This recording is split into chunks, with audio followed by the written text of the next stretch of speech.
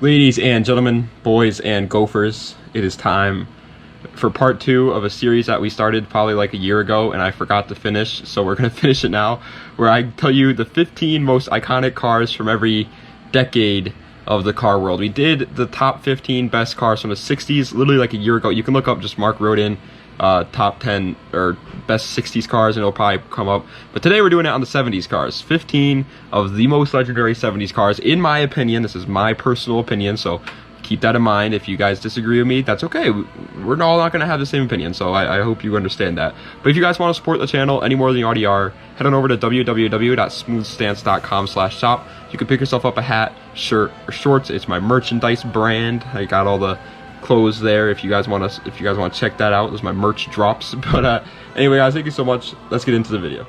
So coming in at the number 15 spot is going to be the Mazda RX-7 FB. This was actually the first generation of the incredibly legendary RX-7 line of cars, and I'm gonna be honest, it may look like a crackhead's car, but boy oh boy was it freaking cool. It was a rear-wheel drive, rotary powered beast that only made 100 horsepower, so it was very slow. I'm not gonna sit here and lie to you, but it had the world freaking hooked. And obviously, as we all know, it started the line of some of the world's most legendary cars like the FD and the FC RX-7.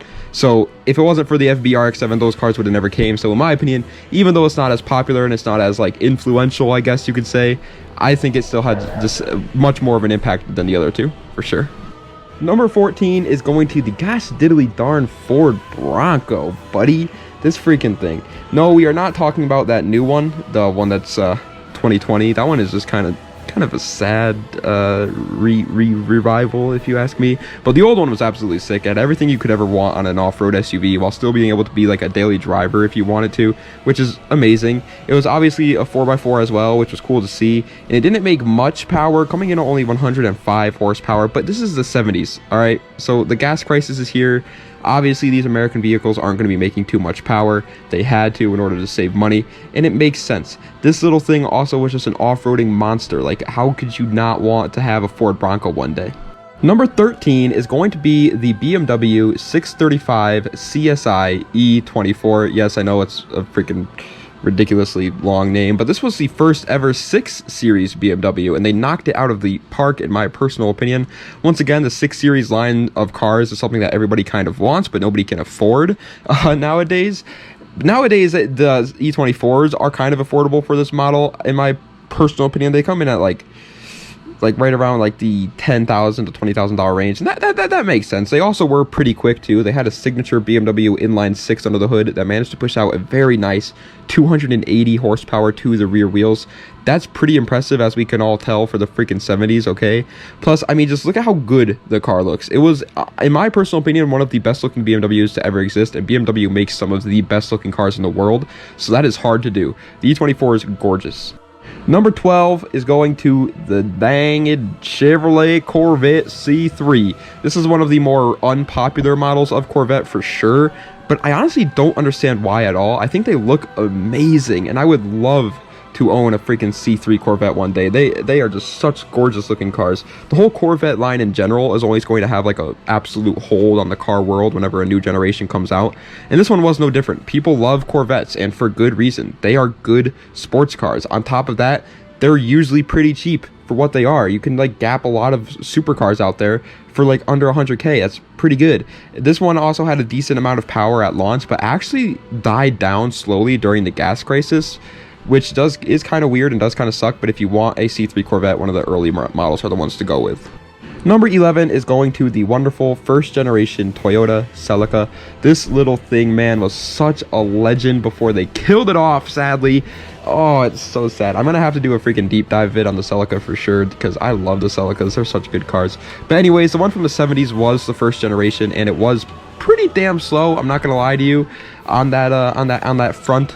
But these cars, they were a start, okay? And they just look so damn cool too. Like, if it wasn't for the first gen Celica, we would have never had cars like the 6th gen Celica or the GT4 Celicas.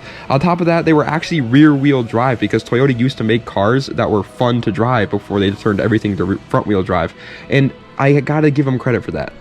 Number 10, we are finally into the top 10, and it is the Pontiac Trans Am, or Firebird Trans Am, whatever you want to call it, which is pretty much just a different looking Camaro for some reason, and they were cool as all hell. A lot of people said that they're like not as cool as the Camaros back then, and I can kind of see that, but in my opinion, they're still really fucking cool. These cars are one of the only like classic legends that you can still buy for cheap too nowadays. They once again didn't make that much power due to the gas crisis, but they had V8s in them that could be tuned to give you much more power if you wanted it. On top of that, just look at the damn eagle on the hood.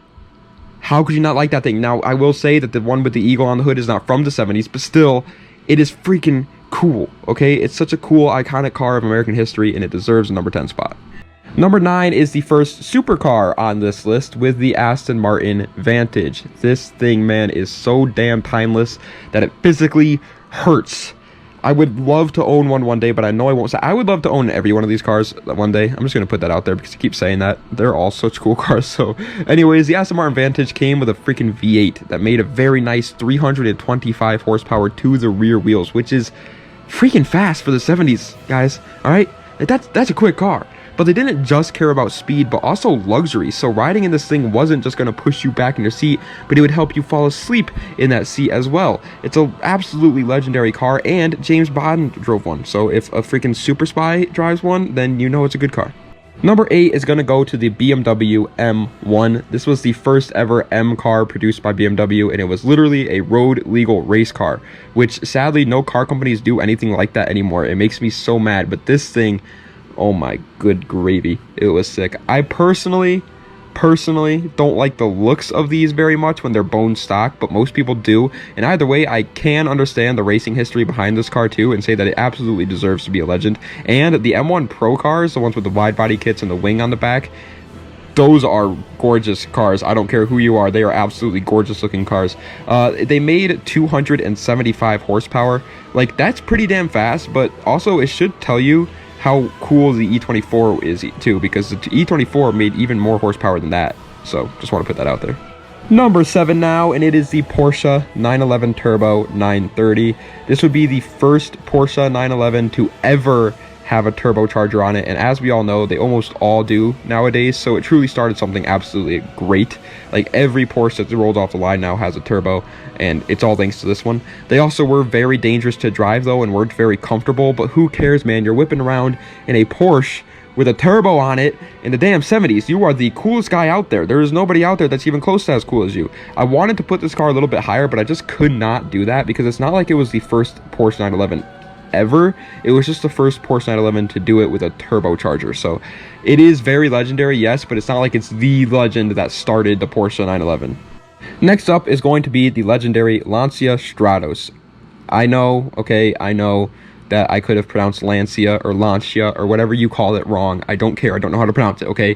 But this is one of the most amazing rally cars of all time, and I don't think there's anybody out there that will say it isn't a cool car. It was freaking mid-engined. It had 190 horsepower in an incredibly lightweight car, had some of the best styling the world has ever seen, and I'm pretty sure it came with a Ferrari V6, which is nuts. I hate to see where Lancia has gone, because they truly made some of the most legendary cars ever in their heyday. Obviously, we all know about the Lancia Delta, HF Integrale, Evo, whatever that thing is called. Obviously, we all know about the legendary status of that car, but there's so many more that Lancia made too, and this is one of them. But I guess it just adds to the value of a car like this. It makes it even just more special. Number 5 now. Yes, we are already here at the number 5 spot, and it is the BMW 3.0 CSL. This thing was gnarly, and it is truly one of the most amazing BMWs of all time. One of my most personal favorite BMWs of all time. I mean, how could you look at a 3.0 CSL and not think that it's just like sexy? Like, it is just sexy. It was once again another race car that you could buy for the streets, coming with 205 horsepower and all the racing goodies that you might need on a car. On top of that, in Germany, where they sold this car, it wasn't legal to have the spoiler, so they would ship the spoiler separately, and then the customer would have to put it on themselves so that BMW wouldn't get any trouble. That's how cool this freaking car was.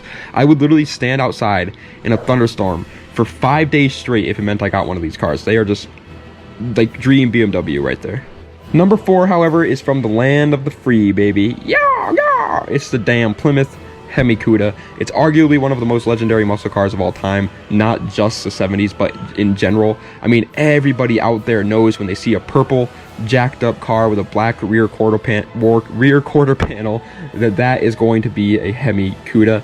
It has just had a hold on the car community. Sure, it's not like the best muscle car out there in terms of like performance, but it is just the most iconic in my opinion. They are one of the most beautiful cars ever built, with some of the most amazing color choices you could ever have, and with a freaking really nice 350 horsepower going to the rear wheels. It was fast too, so it wasn't like you were just buying it for the looks. You also had an incredibly fast car to race around in. It's just amazing. Plymouth, I wish they never died as a car brand. They were such a legendary car brand, but at least they left us with the Hemi Cuda. Third place, however, for this list, bronze medal, is going to none other than the Porsche 917, which, yes, I know is just a race car and it shouldn't really count on this list because most of these cars on this list are obviously road legal cars, but that's why I didn't put it first, because this thing was so cool. I had to put it in. If you show somebody a picture of this car that doesn't know cars and ask them what year they think this car is from, they're probably going to say like the 2000s for sure, because this thing was so ahead of its time, and not only the looks but the performance too. It had well over I can't even say it. It had well over 1,000 horsepower, and I know it's a race car, but that's still insane for the 70s, okay? That's nuts. Obviously, not many cars out there have that much power in the 70s. Not that many cars out there have that much power today. And the Porsche 917 just blew it out of the competition. The iconic blue and orange Golf paint job that was on it too. Everything about the Porsche 917. Oh my god, such a good car. Second place for today, though, is kind of the complete opposite of the Porsche 917, and it is the Volkswagen Golf GTI. Yes, we did just jump from a 1,000 horsepower race car to a daily driver, but hear me out. The GTI line of cars is one of the most dominant cars in the car community for sure. No question about it. And for good reason. They combine reliability with a very good driving experience, and it all started with this wonderful little hatchback from the freaking 1970s. I mean, yeah, okay, it only had 110 horsepower. Okay, that's not that much. And it was front-wheel drive, but that doesn't really matter in terms of, like, legacies. That's what we're going off of here. The most legendary cars from the 1970s. Not the best, not the fastest, the most legendary. And it started something that will most likely never stop being produced. One of the most legendary lines of sports cars out there, the Volkswagen GTI. I don't like GTIs. I don't. I'm not even a fan of them. But I'm putting my biases aside and realizing that the Mark I GTI is legendary. But first place, however, is going to none other than the Lamborghini Countach. I mean, come on, man. What did you think I would put at number one? Okay, what did you think? Everybody in the world knows this supercar, and that usually does not happen. Not a lot of people know supercars that aren't into cars. This car had kids freaking drooling over owning something like it one day. Everybody had posters of it on their walls, even the non-car people. And even though it is an absolute nightmare to drive nowadays, and it really is, trust me, you do not want to drive one of these things, people wanted them. And this really helped like cement Lamborghini as a car company that would be here to stay and be a household name for years to come. And with 400 horsepower to back it up, it made so much sense that this car was loved by literally everybody. Okay, good job, Lamborghini. I don't even, once again, just like the GTI, I'm not a big fan of the Countach. It seems like a nightmare to drive, and I don't really care for the looks that well. But Lamborghini, good job on making what I think was the most impactful car of the 1970s.